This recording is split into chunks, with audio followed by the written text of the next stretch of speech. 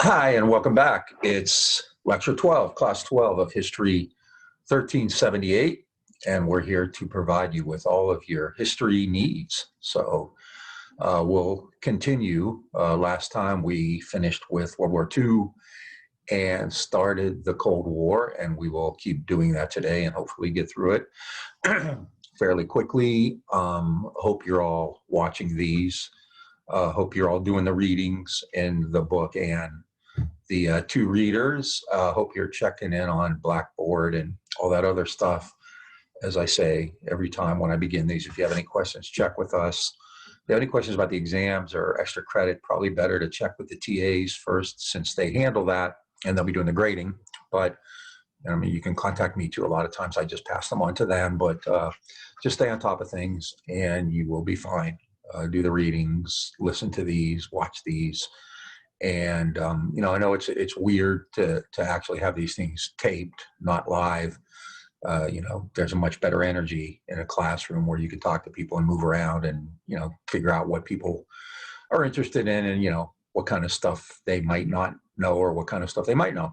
So that's difficult. But here you can obviously pause it and rewind it if you miss something. And I can't stress enough to follow along with the book, because the book really does complement, go along with, collaborate with the stuff we're talking about here. And, if anybody has any questions about any of the history we're talking about, any of the content we're talking about, feel free to shoot an email, and, I could even bring it up at the beginning of the next lecture. Some people say, some people had questions about this or something like that. Because obviously in this situation, I'm not really getting any feedback as to what you like or what you don't like. And, in real classes, I'll often even say at the beginning, like, do you want to talk about this or do you want to talk about this? And, I can't do that here. So any input you have, any feedback you give would be great. So feel free to do that. And, we can adapt accordingly. Okay. So today we're going to continue to talk about the Cold War, a really important historical episode in the 20th century, maybe the most important. Used to be pretty easy to talk about because everybody knew what it meant.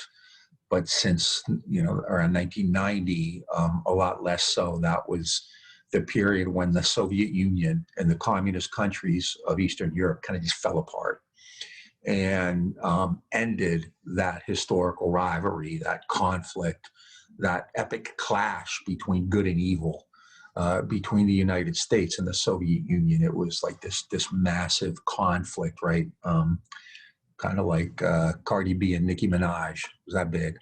So we're going to continue talking about that today. And at first, I'm going to just kind of talk a little bit about what it meant rather than give you a lot of the specifics and details. I started doing that the other day, and I think I finished by talking about the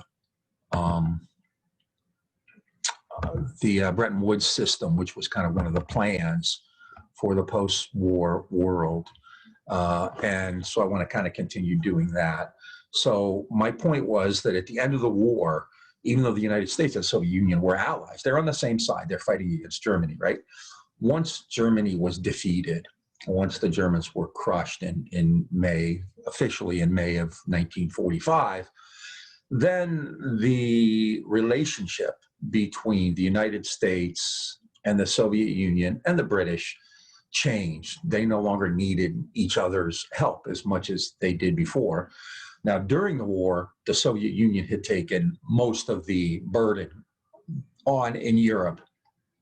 The Soviet Union, from June 1941 onward, fought against the Germans almost solely. 80% of the Germans were killed by the Red Army.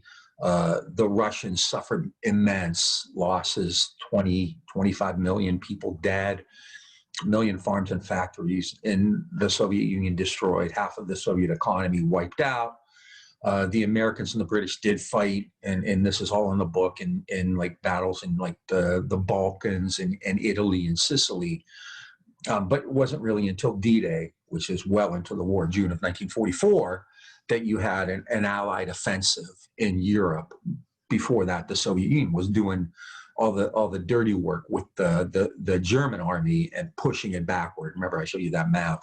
So once they stopped the German offensive into the Soviet Union, then they started forcing the Germans to retreat through the Soviet Union and then through those Eastern European countries that the Nazis had taken over. And as the Soviet Union pushed the Nazis out, they put communist governments in place, which is why at the end of the war, that part of the map, Eastern Europe, is all red, because the Soviet Union had put communist governments in place as it defeated the Nazis and forced them out. So that's kind of what the Cold War in Europe is. It's about the existence of these communist governments in Eastern Europe, which the United States clearly, obviously opposes, because the U.S. wants a world of capitalist countries, of open door countries, of countries where Americans can invest and can sell stuff and can get stuff and can get raw materials and all that kind of thing that we've talked about so many times here before. So that's why you have these conflicts. And it started, even before the war was over, trying to figure out what to do about Poland, because Poland had, had a communist government put in place. What to do about Germany? Same questions as that existed at the end of World War I. How do you deal with Germany? Germany was the aggressor. Germany was to blame. Germany caused immense destruction and death and economic costs. So how do you deal with Germany rather than crush Germany like the Allies did at Versailles in 1919? The Americans decided to go for a different approach, and that's why they split Germany up into 4 different zones. And the Americans and the British and the French got the far more productive economic areas of Germany. These areas here in the West, the Western German zones, tended to be where there were resources, tended to be where there was industrialization. Whereas the Eastern zone here that the Soviet Union got, even though the Soviet Union did so much of the work in defeating the Germans, it gained control over a zone that was not nearly as affluent, that was mostly agricultural. And this was a source of conflict between the United States and the Soviet Union as well. So there's a lot going on there even before the war was over. At the same time, everybody is planning on what to do when the war ends. Now, for the Soviet Union, their post-war goals were pretty obvious. You could see them in the way that they left those communist forces in control in those Eastern European countries that had been Nazi countries, that were defeated, that were liberated. And so they're now communist countries. So that's a big part, the dominant part of the Soviet Union's post-war plan, to have those countries there in between Germany and the Soviet Union that would provide defense. They would be a barrier if the Germans ever tried to attack again, like they had done in 1914 and in 1941. But they were also valuable because those countries would be part of the Soviet Union's economic orbit. They would be economic allies with the Soviet Union too, and they would create this communist economic system. They even later on would call it Comecon, communist economy, and they would have free trade among each other and investment and things like that. But within the communist countries, not with the the West, the Americans, the British, French, and so on. And a big part of that was because the Americans had their own plans for the post-war economy too, which they set up at Bretton Woods. And I did mention that, and I'm not going to go over it again. You can read about it. It's important stuff. I know it's not the most exciting and sexy stuff, but it's important. And so at the Bretton Woods conference, the Allies, led by the United States, created the International Monetary Fund, the World Bank, and then created the dollar as the world's currency. And to make it quick and to kind of make it like a little more simple, all of these things operate to do the same thing. They have the same goal, which is to create American economic power, American economic hegemony, power, dominance. And what they did was create these banking systems. The IMF and World Bank are banks. You go to it either for currency stabilization or for reconstruction or to build something. And the U.S. controls most of the capital in those banks. And then they set conditions on those loans. If you've ever had a loan, you know how that works, right? So for the IMF and the World Bank, then, if you want to get assistance you have to have a private-based economy. Your economy has to be the means of production, the resources, everything has to be privately held, not a socialist economy, not a public economy, but a private economy. You have to be allied with America's goals. Again, no socialist, no communist or anything like that.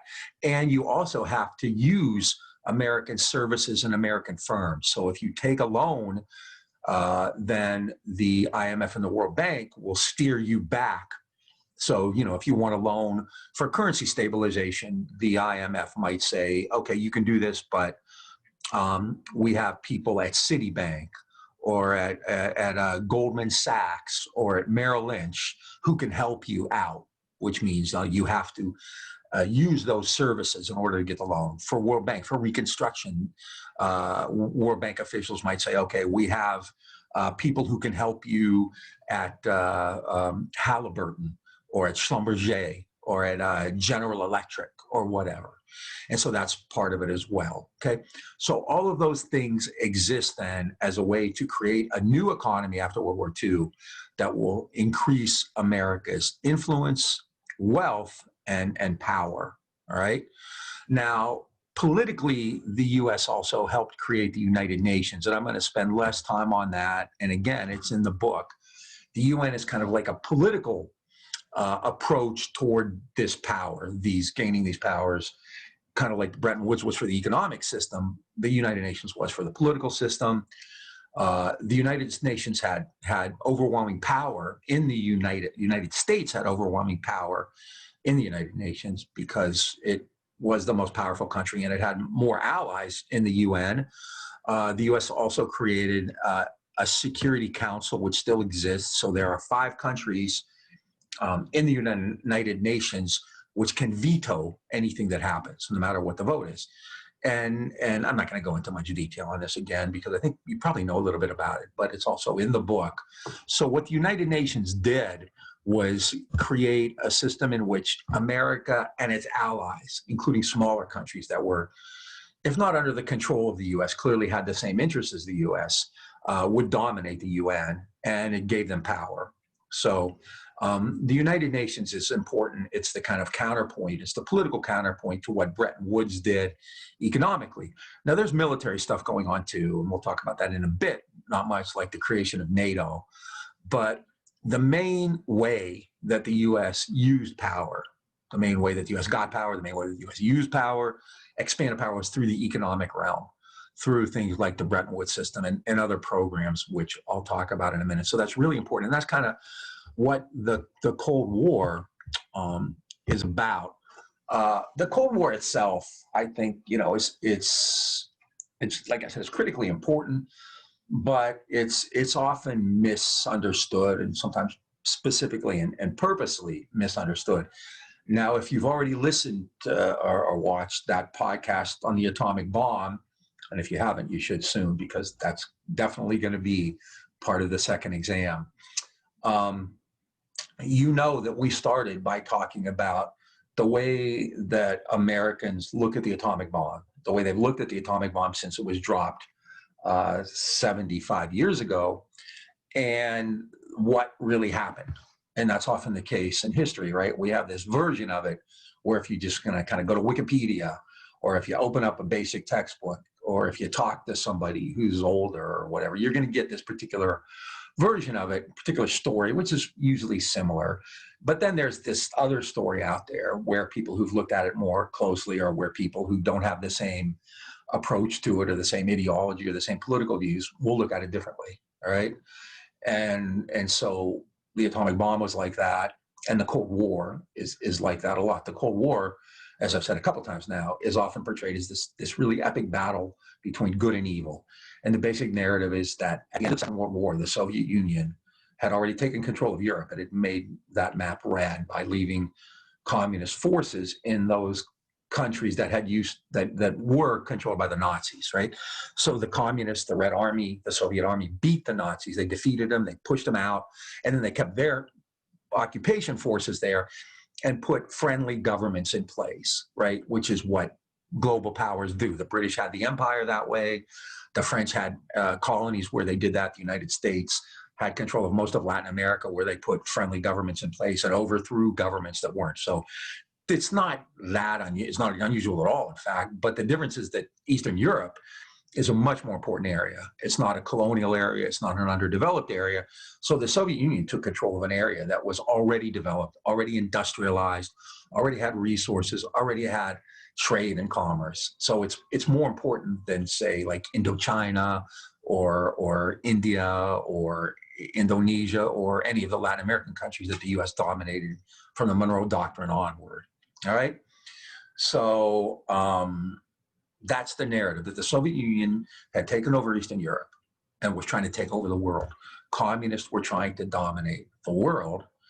And it was the United States' role, responsibility, duty, obligation, destiny to fight for freedom. So there's this moral battle, right?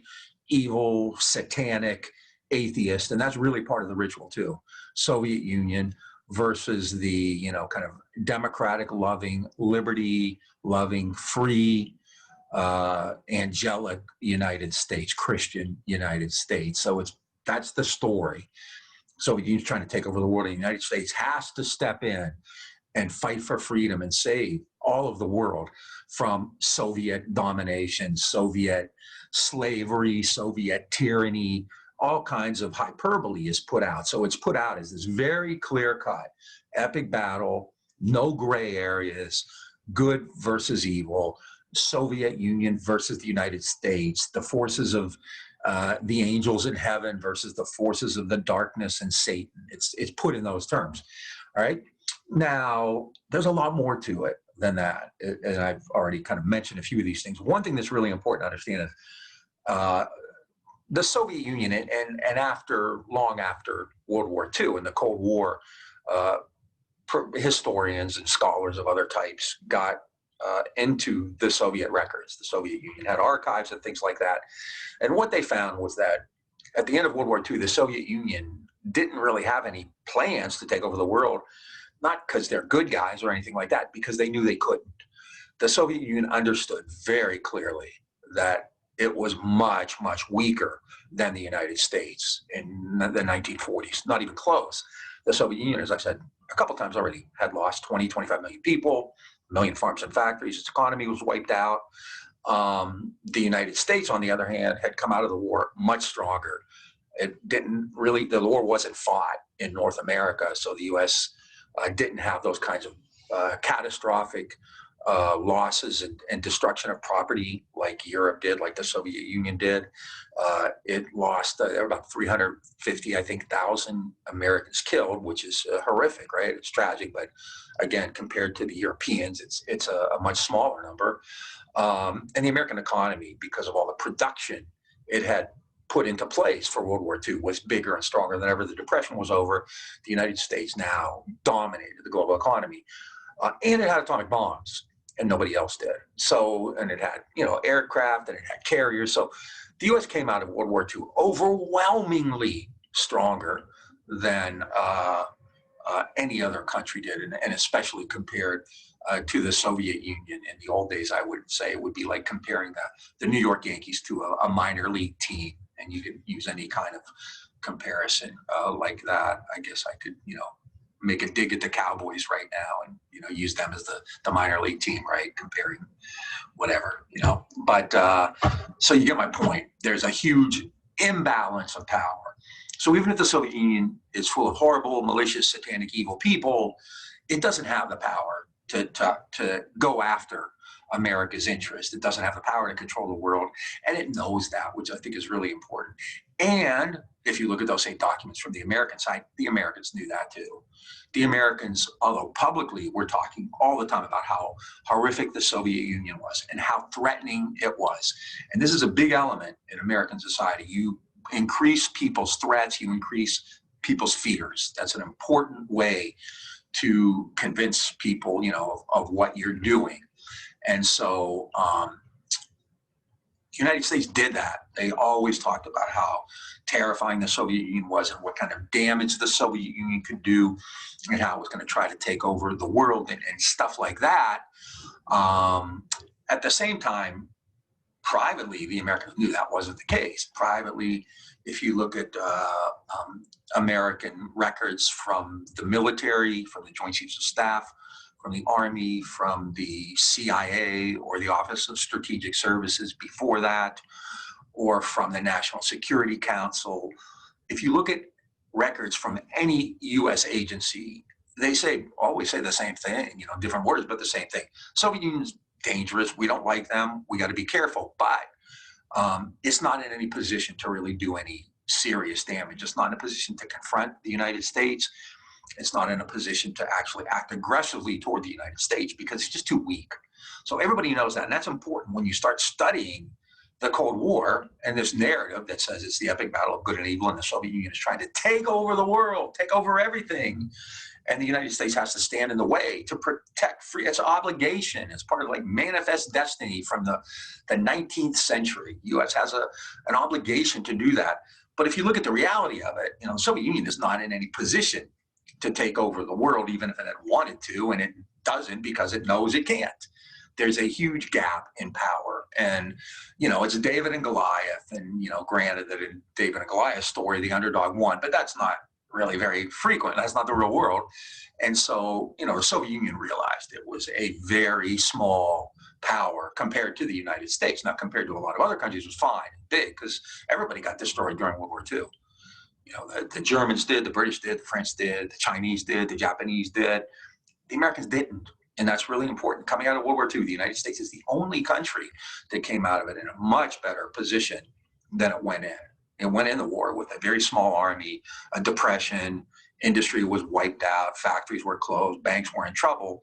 And, by 1945, when the war ends, the United States has overwhelming economic strength. It has atomic bombs. It has aircraft carriers, and it has airplanes, and it has money, and it has credits, and it's loaned money out, and it has created the IMF and the World Bank. The Soviet Union has nothing like that. And the point is that in this Cold War battle, it's not an equal fight. It's really one very huge and powerful country against another country which is nowhere near it. And that has to inform the way you look at the Soviet Union, all right? Because if the Soviet Union isn't trying to take over the world for, whether it wants to or not, then the American response has to be looked at differently as well. And American motives have to be looked at as well. The American explanation for the Cold War has always been that it was acting out of its sense of duty. We're going to save the world. The world's in danger, and we're going to step in like a superhero, right? We're like the Avengers or Superman or something and step in and save the world. But if you look at what was actually happening and the relative strength of the two countries, then the idea that the U.S. was saving the world is not so clear cut to be, very, very mild about it, right?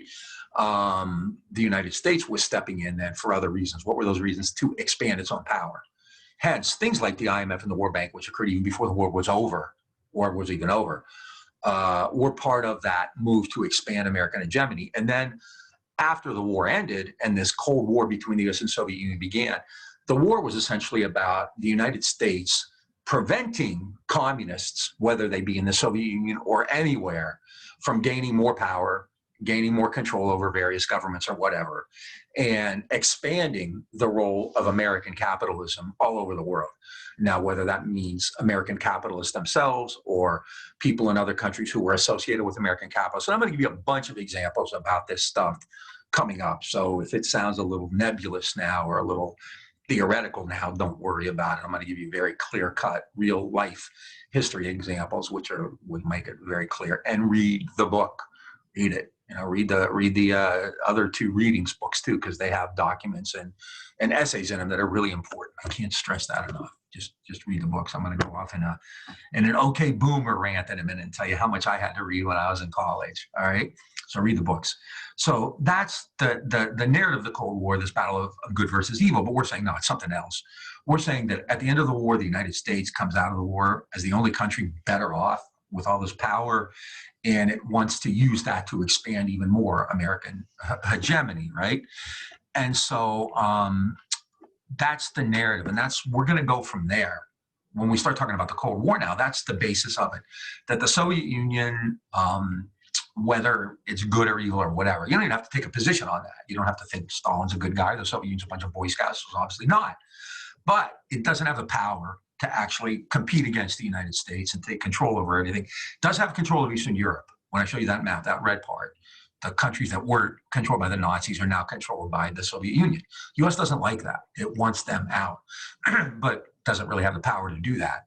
Are you willing to start another war, to get rid of the Soviet Union, just like right after you fought the Nazis, right? So the U.S. doesn't have a lot of options in that, but so the Soviet Union clearly does have control of Eastern Europe. That's true.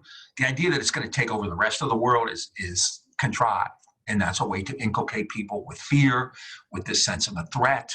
And then it justifies the other things you do. And we'll talk about that as well.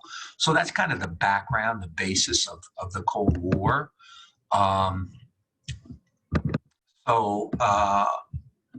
Let's go on from there. So remember a second ago, I just said that the United States goal was to make sure that that area in Europe that was red, places that the Soviet Union had taken over after they beat the Nazis, didn't get bigger. So the United States understood the Soviet Union was kind of in control there, wasn't a whole lot they could do about it, but they wanted to make sure that other areas did not become communist. And that was known as containment.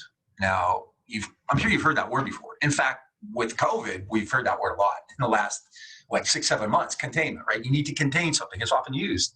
That's a word often used with regard to public health issues. When you contain something, you don't necessarily defeat it, you don't kill it, you don't get rid of it. You make sure it doesn't spread.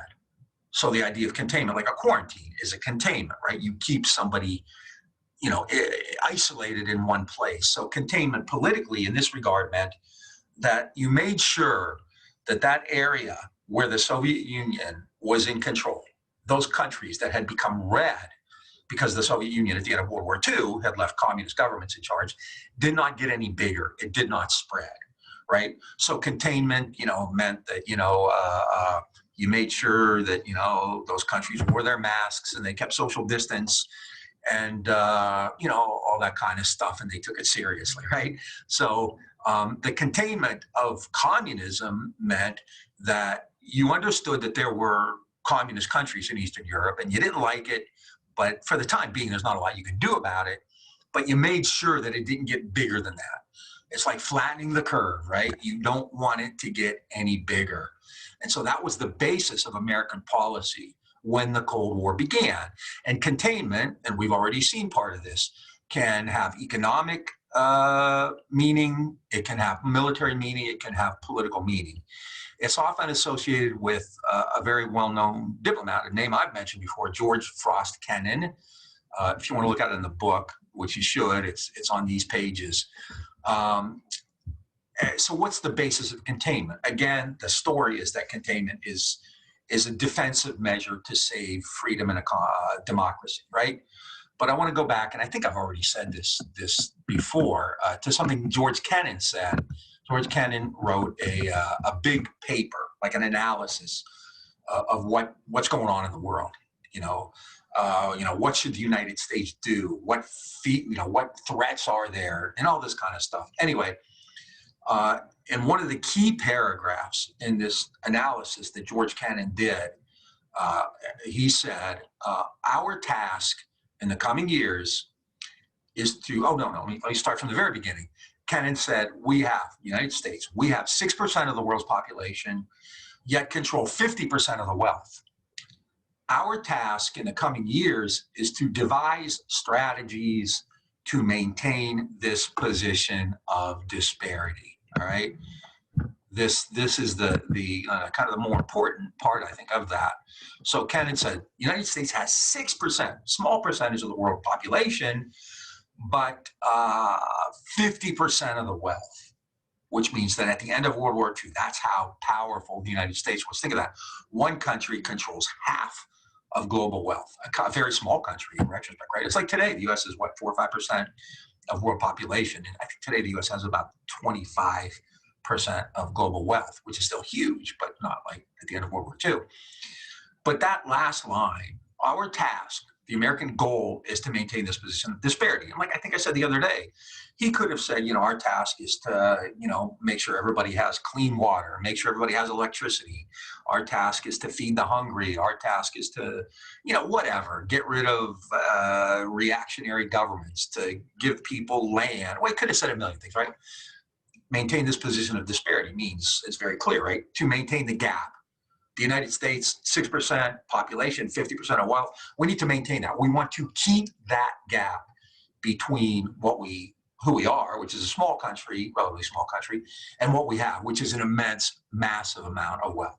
So that's the American goal. It's to stay wealthy, get even more wealthy, right? It's not to save the world. It's not to preserve democracy or freedom or liberty or any of that kind of stuff that the rhetoric is assuming, all this fear mongering is assuming. The goal is to maintain that disparity, to extend the open door, to get more trade, to get more investment, to get more materials, to get more markets, and all that kind of stuff. So that's why you have things like the Bretton Woods system, which we've already talked about. At the same time, the United States also created a system of loans, a program for loans. So countries that were really banged up by World War II, destroyed by World War II, could go to the United States and borrow money to rebuild. Again, keep in mind, if you borrow money and you go into debt, that creditor has control over you. And a creditor can call in your loan. A creditor can break you. A creditor can, take everything you have. So, taking loans comes with those strings attached. You kind of have to do what the U.S. says. You have to have this privately based economy. You have to allow American firms and American companies and services and to go into your country and so on. And then it created the biggest program of that was the Marshall Plan. And it's something you've probably heard of. The Marshall Plan was named after George Marshall, who had been a general, a very famous general, 5-star general, who had been both Secretary of Defense and was Secretary of State at this time after World War II. And Marshall announced a program. It was officially called the European Reconstruction Program, the ERP, known as the Marshall Plan. And what the Marshall Plan did was put a huge amount of money. At the time, it was like $17 billion. Now, even today, 17 billion is, it's a good amount of money. I mean, it's not what Zuckerberg or Bezos, carries around in his pocket, but it's a lot of money. And in 1947, it was a huge amount of money. So it set aside this huge $1 billion fund for European countries so that they could borrow that money and rebuild. All right. Now, again, what's the big deal there? That money was available to America's allies, like the British, right? So the British were able to get significant money from the United States to rebuild. For instance, the Soviet Union asked for a loan from the United States at the end of World War II, and the U.S. never even acted on it. The U.S. said they lost it. It never got there. It got lost in the mail or whatever. It went to the spam folder. Who knows, right? So the United States used Marshall Plan money again to help its friends and deny that funding to its enemies like the Soviet Union. In addition to that, the Marshall Plan had a series of requirements. They're called offset arrangements, and it's in the book, but don't worry about that, by which you had to agree. If you took money, if you borrowed money, you also had to, again, use that country's services and products. So if you got Marshall Plan funding, then you were probably going to have to buy stuff from General Motors or General Electric or Citibank or Morgan Stanley, JP Morgan, stuff like that. So it's a way to ensure American business. Now, why did the U.S. do this? All right, now this is actually important, right? Before World War II started, the United States, the whole world, but the U.S. especially, was in a wicked depression, and they can't figure out any way out of it. And the depression, in large part, was a product, as we said before, of World War I and the disastrous decisions made at Versailles in 1919. So now at the end of World War II, the United States doesn't want to do that again. It realizes that was a huge mistake. Those were a bunch of huge mistakes. So by creating these programs, like the Bretton Woods system or offering loans or the Marshall Plan, the U.S. was specifically and very clearly avoiding what had happened after World War I. They were clearly avoiding or doing everything they could to avoid another economic breakdown, another crash, another depression. And how do these do that? one of the biggest problems at the end of World War I, and we talked about that, was the disruption in global economic activity. Countries quit trading with each other. They quit, all they did was like send debt back, reparations debts, and so on. So what Bretton Woods, Marshall Plan, and so forth do by requiring economic activity, by requiring that you purchase goods or services, is continue that form of economic activity. So if you have a bunch of companies in the United States who did really well during World War II, they went back to work, they had factories going, they made stuff. Now the war is over, you're afraid that things are going to slow down again, because they always do after a war.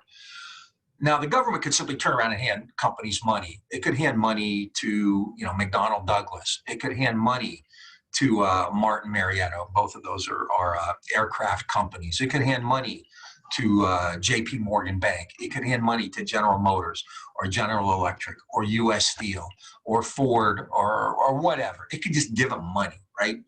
But, so that would keep those companies, floating, right? It would keep those companies flush. They'd have money, but it doesn't really help the economy, right?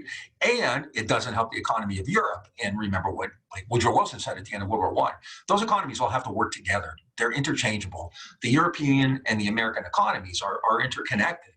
So if the government took money and just gave it to American companies, that doesn't help Europe at all. So what do? You create these programs, and then you offer these funds to European countries, to the British, to the French, to the Italians, whoever, Belgium, you name it, right? Those countries get American money now, which is important. So they can use that money to rebuild. And that's really vital for the American economy too. And even more importantly, and even better, is they can take that money that the United States gave them, and then they can use it to purchase goods and services from American companies. So rather than just give the American companies money, what they do is they put it into the hands of the Europeans, the British, the French, the Italians, whoever, who then get that money. Now they can use that money from the Marshall Plan or whatever, from the United States, to rebuild their own countries. And they also have to purchase goods and services from the United States, which means that those companies in the US, General Electric, General Motors, JP Morgan, whoever, will be getting business from Marshall Plan money, and they'll be putting people to work. Right? So if I just gave money, if the US government simply gave money to General Motors wouldn't have to open up new plants. It could just keep that money. Businesses always do that. They did that in the Reconstruction and Finance Corporation. They did that with the National Recovery Administration. They did that this April with the CARES Act. A new study just came out the other day that the government in March and April, the Fed and the government created over $4 trillion. The vast majority of that went to really big corporations who were under no obligation to put people back to work or anything like that, right? So that's the way it usually works. So if you send the money abroad, however, and you force those countries to use it to rebuild, and then you make them purchase goods and services from the US, you kind of get everything moving. And that's really important.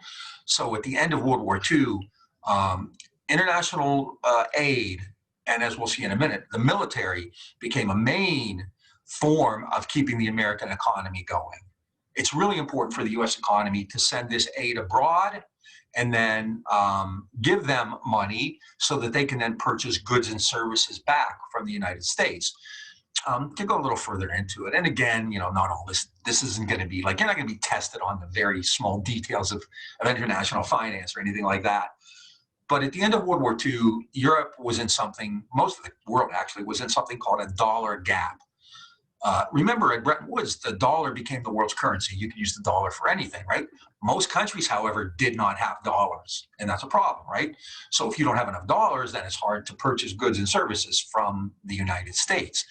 But if the United States sent billions of dollars to Europe and said to the Europeans, you can have this money, you can rebuild your own countries, and you can buy stuff back from us, it's win-win-win, right? You create the means for these countries to rebuild, which is really important, vital to the American economy, because you need trading partners and you need places to invest in all that. You fix the dollar gap by providing them with dollars, and you help American corporations by making them purchase goods and services back, which helps American companies do better, stay afloat, and put workers back on the job as well, or keep workers on the job, all right? That may sound, I actually don't think it sounds all that complicated anyway, but if it does, it's sounds more complex than it really is. And once you read it, it'll, I think, be a lot easier, right? So that's the economic form of containment, which I think is really important. Now, there's another type of containment, which is kind of more political, I guess you would say, right?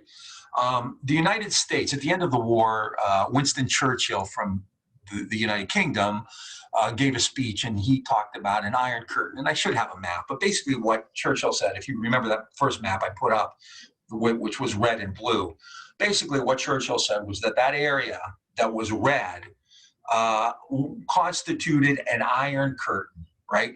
That area that was communist now was a huge Iron Curtain, and if it's iron, you can't get through it, right?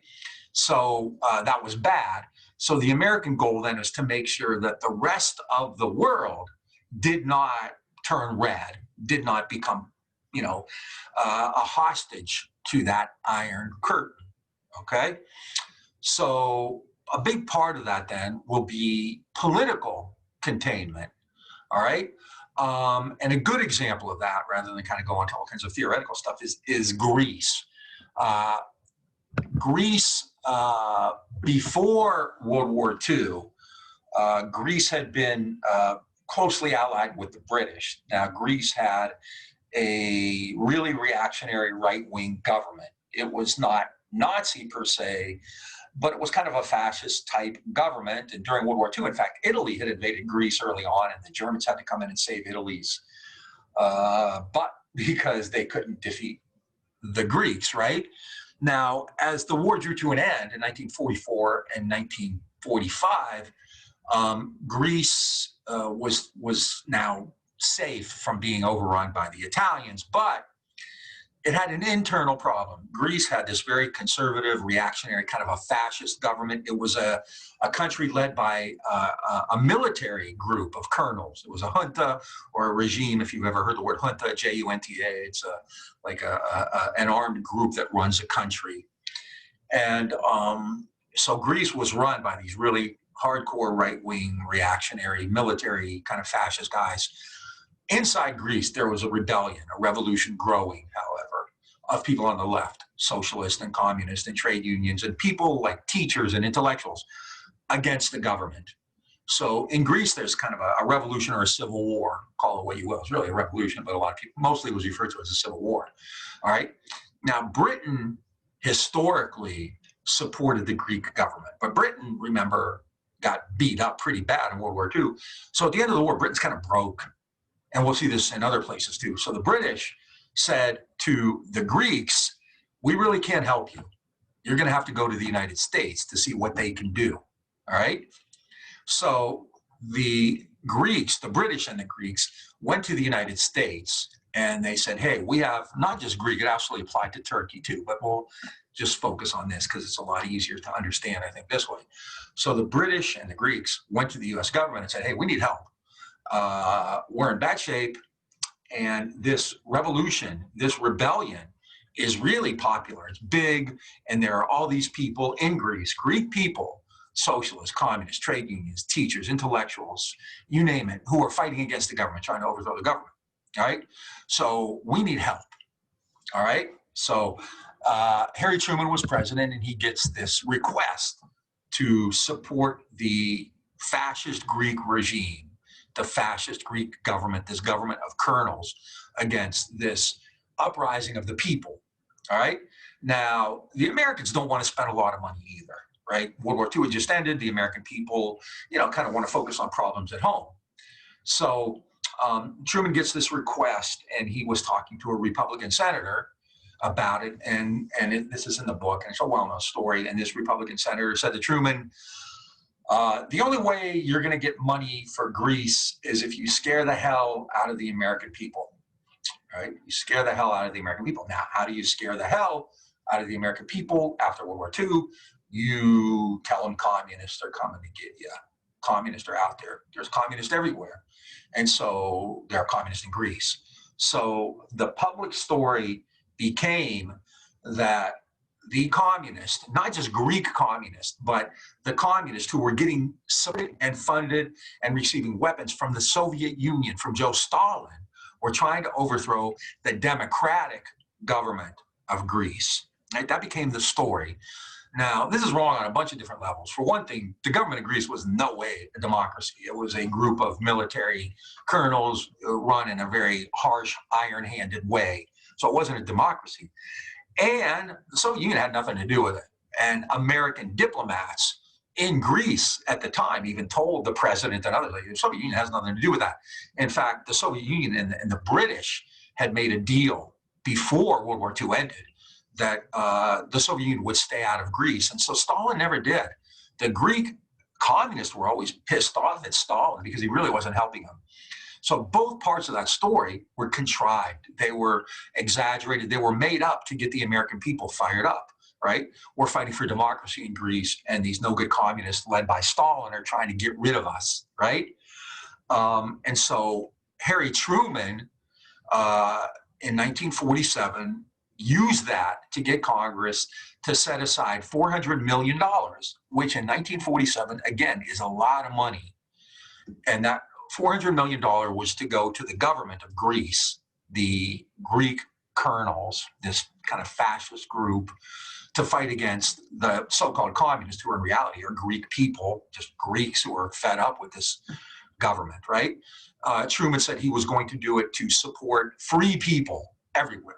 So it becomes, again, freedom versus repression, freedom versus slavery, freedom versus the Soviet Union. That's always the rhetoric of it. Now, so in Greece, the United States gave all this money to the government. The government used it to become even more repressive and vicious. By the end of the next several years, over 200,000 Greeks who were active in that resistance, who were part of that civil war, who were part of that revolution, who were socialists, who might have been communists, who might have been anarchists, who might have been in trade unions, who might have been professors, who might have been intellectuals, who might have been teachers, whatever, were killed with U.S.-backed money and U.S.-backed weapons, all right?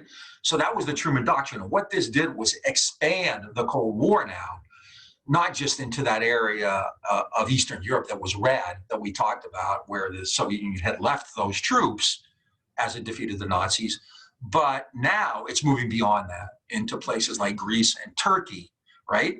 So now the Truman Doctrine says, oh, we're going to go beyond that. And we are going to defend free countries, democratic countries, against repressive countries, right? And that's a really very, very broad description, because in Greece, and in most places now, democracy means that you allow American companies in. You allow American corporations in and American investors in, and you're not communist. So being democratic doesn't mean you're good to your people, or you have freedoms, or you have liberties, or you have civil rights, or you have a First Amendment or right to free speech. It doesn't mean that.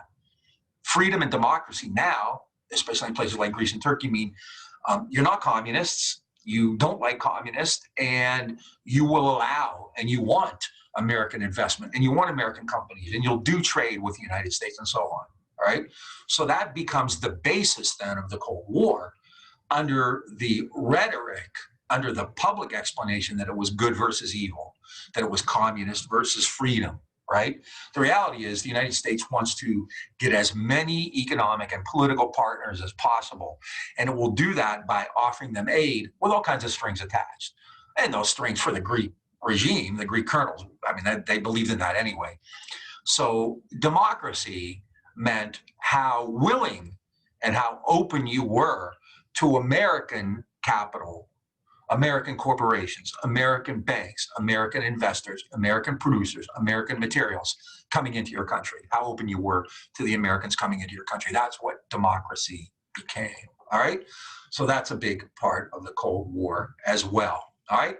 Now, the last thing I'm going to talk about, and again, I'm just going to give you two examples, is the military application of containment. Now, generally, and I think I said this when I began it, when we talk about power, global power, we generally mean that, especially nowadays, in a military sense. How many nuclear weapons do you have? How many carrier groups do you have? How many bases do you have? Stuff like that. So, and I pointed out that I think at the end of World War II, things like Bretton Woods and the Marshall Plan were actually even bigger. But military power is very important. And keep in mind, throughout all this, the United States has atomic bombs. Nobody else does. The Soviet Union finally developed its own atomic weapon in 1949. And by that time, the US had several. So it was always a big gap that would just get bigger and bigger. So the Soviet Union never had more soldiers in uniform, had more troops, but it never had the weapons that the US did, especially the atomic weapons, right? But there's two examples where military power became really important in the Cold War. And again, showed that the Americans had overwhelming power, that this was not the Soviets' attempt to take over the world, but in fact, it was the Soviet Union being far weaker than the United States. So the first is a pretty well-known episode called the Berlin Blockade. And you might have heard of it. And let me go back here because I think it's important. All right. So remember, at the end of World War II, Germany was divided up into 4 different zones. Right? However, the capital of Germany was Berlin. It is today. For a long time, Germany was split in 2 different countries, and Berlin was not the capital, right? But of all of Germany, Bonn was the capital of Western Germany. So Berlin is entirely in the Soviet Union zone of control in 1945. But, however, Berlin itself was cut in half, right? You can see that here. So even though Berlin was 100% in the Soviet Union zone, Berlin also, the city, was divided into different zones of occupation too, right? And you can see that the British zone and the American zone here, and this is the French zone, and this is the Soviet zone. All right, so it's cut in half, even though it's fully in the Soviet zone. Now, that also meant, just keep that map, well, here, let me go back just for a second, just to make it easier. Now, that also meant that if you were in the Western zone, you were given access to Berlin. There was a long highway where Westerners were guaranteed access, Western trucks, Western transport, to bring stuff into Berlin, for the most part, bring supplies in and things like that to West Berlin, all right? So it's entirely in the Soviet zone. Stalin doesn't like that, right? It's totally in his zone, even though it's divided. And the Americans have totally free access to Berlin, right? Even though it's a Soviet, in the Soviet zone. In 1948, by 1948, Stalin was really furious because the United States was making all kinds of changes with regard to Germany. It was keeping all the coal. It had created the 3 Western zones kind of, got together, and they had their own currency and all kinds of stuff like that. I don't want to go into all the details. You just get the point, right? So the 3 Western zones were kind of up against the one Soviet zone, and the Soviet zone was divided. Berlin was divided in it. So Stalin in 1948 sort of had enough. So he put a blockade into effect in Berlin. A blockade means you shut everything off, right? So he put a blockade into effect in Berlin, put Soviet soldiers and tanks there, and said to the Americans, you no longer are allowed to come into Berlin, all right? So this is a pretty aggressive move, right? And this plays into the idea that Stalin is this madman who's power hungry and trying to take over the world, right? And the fact that Stalin did this after all of these changes in Germany didn't really make that wasn't part of the public discussion of it, right? So what happened? So Stalin did this really aggressive, provocative thing, right? He blockaded Berlin. What happened then, right? Many of you probably know that led to the Berlin Airlift. The United States immediately began filling airplanes up with supplies, with food and medicine and clothing and all kinds of stuff like that. And it began flying airplanes across East Germany, across the Soviet zone, over Berlin, where it would drop pallets of goods, right? Now, it ended up doing this. This was called Operation Vittles. Round the clock, airplanes, nonstop airplanes, bringing supplies to Berlin. Did this for over a year, all right? Now, what did that power-hungry, madman, aggressive Soviet leader Stalin, who was trying to take over the world, what did he do throughout the entire blockade? As the United States was flying round-the-clock missions, nonstop missions to resupply Berlin. What did Stalin do? What did the Soviet Union do? All right, I'll give you a second while I take a sip. You can think it over. You know, like Jeopardy, you can play a little music in the background, you know. Okay. What is nothing? I'll give you the Jeopardy answer. What is nothing? Soviet Union did nothing. It did not shoot down American planes. It did not act aggressively toward the United States. It did not take action elsewhere. It maintained the blockade, but did nothing beyond that, right? Why is that? Because Stalin understood that he was not in any kind of position to take on the U.S. and especially to get into a violent armed conflict with the U.S. And after a little over a year, the Soviet Union just lifted the blockade and things went back to the way they were before. In essence, and the books won't tell you this, but I think this is really the case. In essence, the Cold War is over in Europe. It ended. The Berlin Blockade meant that the Soviet Union was not in any way, in any position, gonna challenge the United States to take over more of Europe. There had been elections in France and Italy where the communists did very well. In 1946 in Italy, the communists did really well in the election there. They got the most votes, in fact, and then the United States, along with the CIA and the Vatican, and the mafia actually, poured $100 million into Italy to defeat the communists.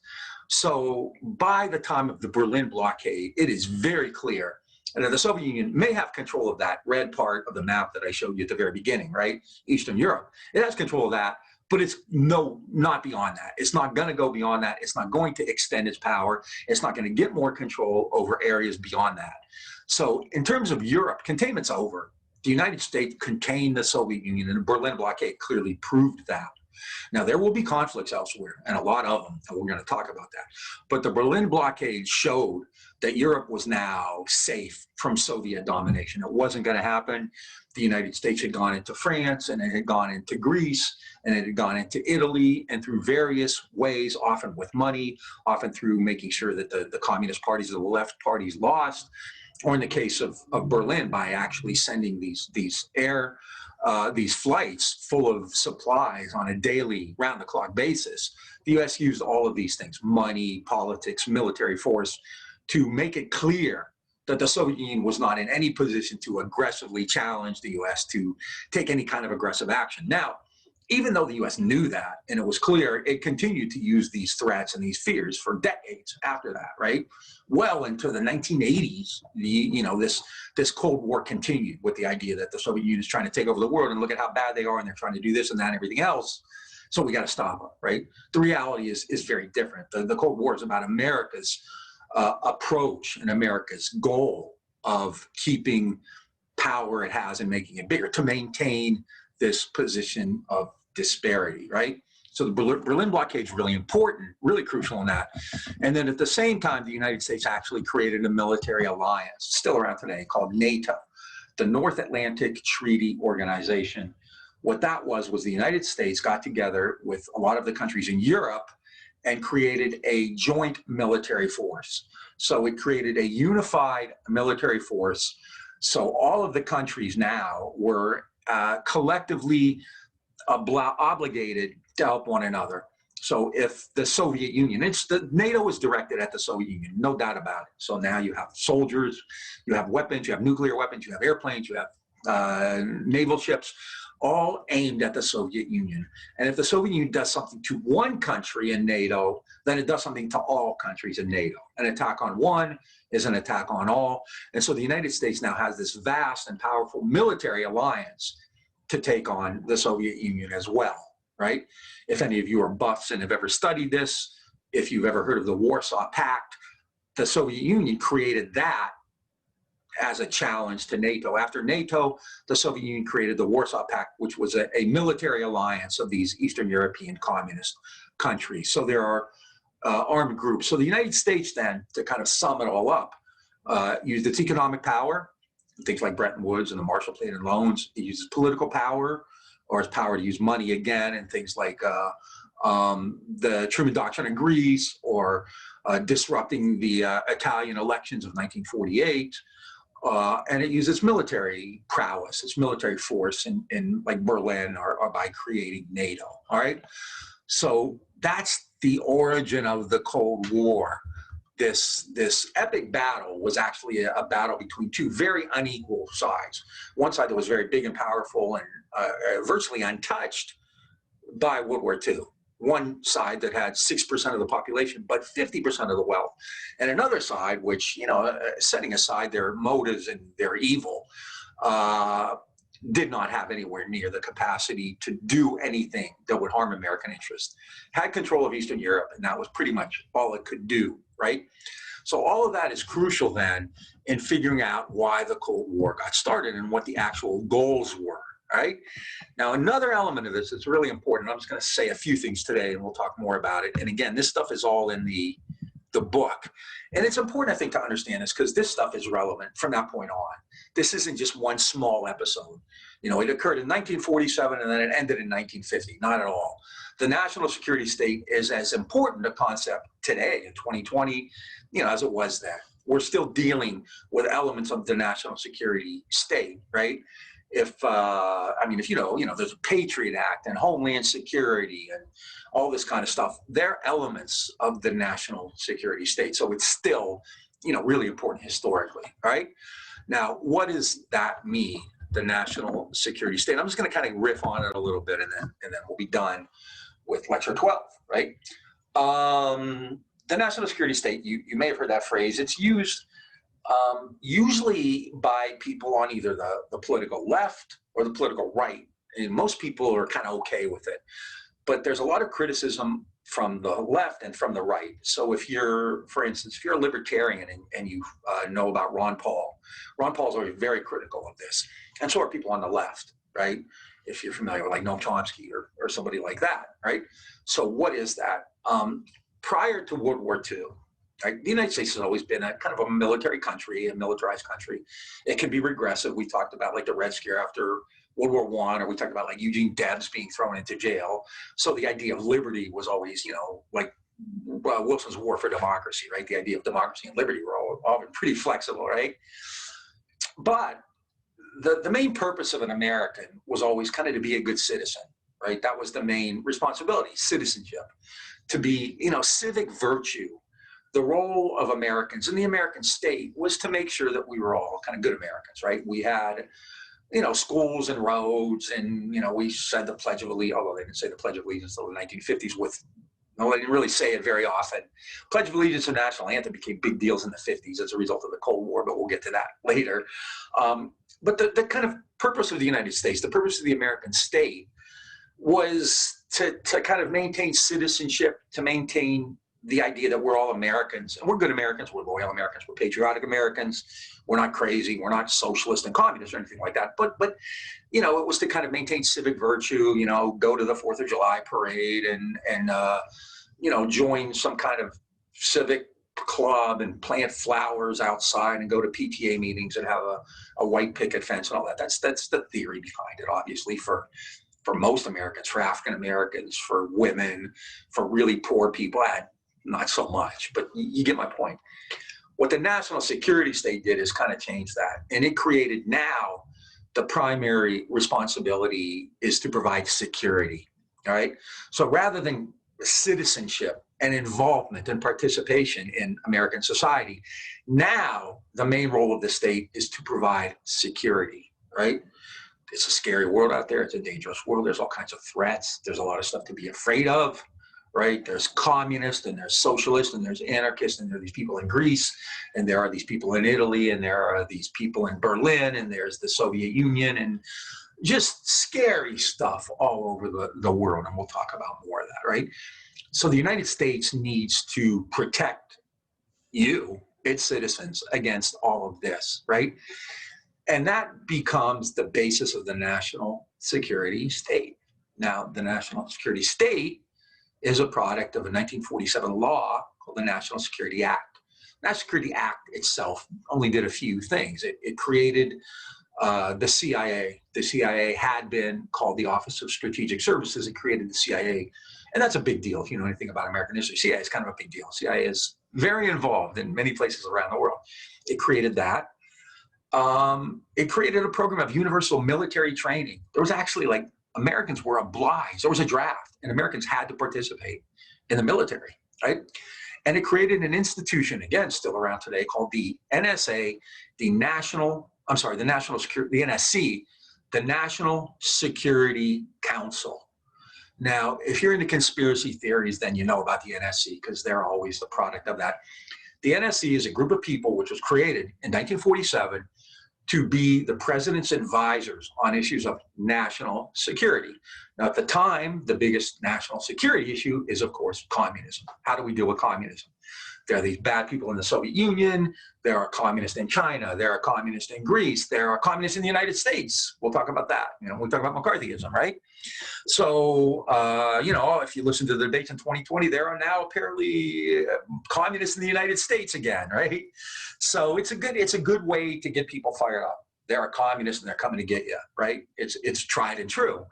So the National Security Council is there to analyze these threats to American security, specifically at that point, communists, right? And do something about it, right?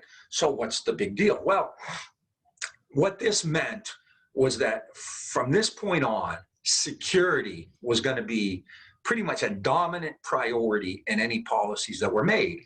And that became even more important because after World War II, technology had developed to the point where weapons could now destroy whole countries, really, in a day. Hiroshima and Nagasaki were, one bomb each, and look at the pictures, look at the photos. They're just devastated, right? Now, the Soviet Union didn't have a bomb in 1947, but everyone knew it was working on it, right? So now, in the old days, if you fought a war, you had to, get your troops ready, mobilize them, get them armed, send them to the front, all that. It took a while, right?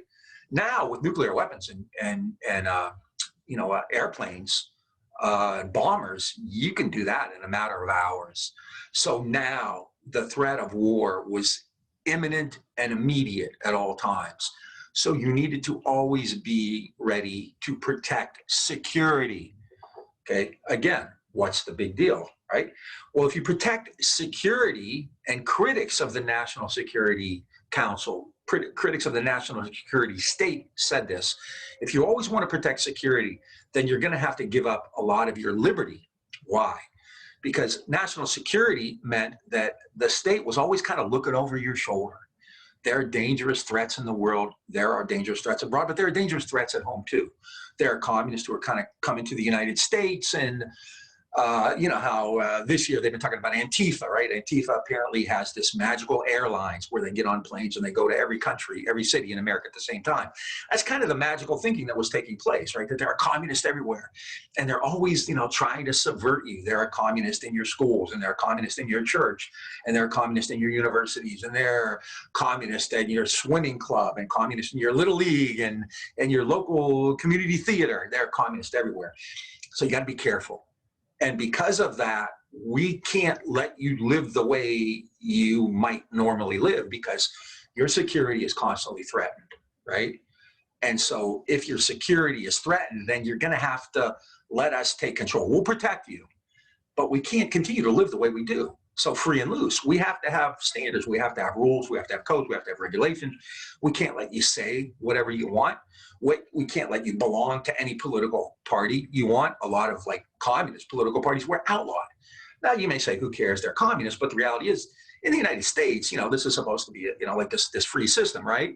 So when you outlaw a political party, that's an idea. That's an expression. They're not outlawing political parties because they're violent. The Communist Party of the United States is actually kind of a joke, there was an old joke at the time that, if it weren't for FBI agents who were in the Communist Party to spy on them, then the communist membership would have been less than half of what it really was, right? It's not a really strong party, not a violent party at all. It's an idea, right? And this is what we're talking about here. What the national security state does is say that certain ideas are not acceptable, right? So the national security state now says the most important thing the state can do is protect your security. It has to make sure you're safe because there are bad people all over the place, and they can strike in a moment, and they're not just abroad like in the Soviet Union and elsewhere. So we have to be prepared for that. And I'll show you some video. There was constant fear of nuclear war, constant preparation for nuclear war. You have to be constantly on the alert. Well, just anxiety inducing, right? It's like kids nowadays who have to do active shooter drills where the bell goes off and 6-year-old kids are hiding in a locker. That's kind of anxiety inducing. It could be traumatic, right? So that was what was happening. The Soviet Union might come in at any moment right? So it's anxiety inducing. It inculcates fear in people. And it also says that, you know, you can't live the way you're used to living. Now, critics, especially actually conservative critics, said, and I have this phrase on the outline, said, what you're doing is creating a garrison state, all right? And so you have, we just talked about this, the idea of liberty versus security. What is a garrison state? A garrison is a fortress. It's a fort that is protected. You don't let anybody in. You don't let anybody out. You don't let new things in, right?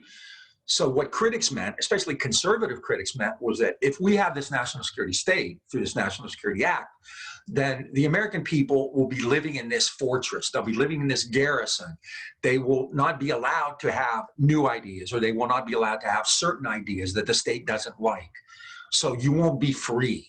Now, a lot of conservatives and libertarians, as well as a lot of people on the left, made this case that this is not American. It's not about freedom. In fact, it diminishes freedom and liberty. All right. So that's another critique of it. So a lot of people are saying, well, you have this decision to make. Do you have liberty or do you have security? And many of them would quote an old quote from Benjamin Franklin, who said, if you're willing to sacrifice liberty for security, you really don't deserve either, right? So a lot of people made that case. Look, if we're going to give up our liberty because we need to be secure from all of these threats, then we're not really America anymore. We might become a garrison state. And a lot of people, including, again, conservatives, said this is also going to lead to American imperialism.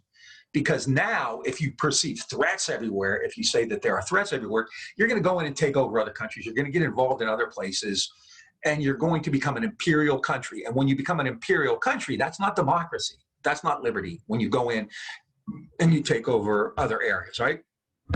So that's the origin of the national security state. There's a lot more to it. I'm going to just kind of leave it at that because you can read about it in the book, but it's an important issue, just like the origins of the Cold War, all right? So we're good there. We've done the Cold War in Europe and the origins of the national security state. Next time, because a few minutes ago I said I'm going to give you real life examples of how this stuff played out, and that's what I'm going to do next time. We're going to talk about the Cold War, which isn't just in the Soviet Union and the United States. It's much bigger than that. It extends beyond that, and that's actually where it becomes the most kind of fiery and the most intense and the most violent. And so we're going to talk about that too the next time. All right, we'll pick that up. Read everything you can. I'm going to get another one of these videos up soon. This has been the 12th lecture. We're doing well. We're on our way. What do I say every time? Keep reading, stay on top of things. Check Blackboard. There may have been some glitches in Blackboard.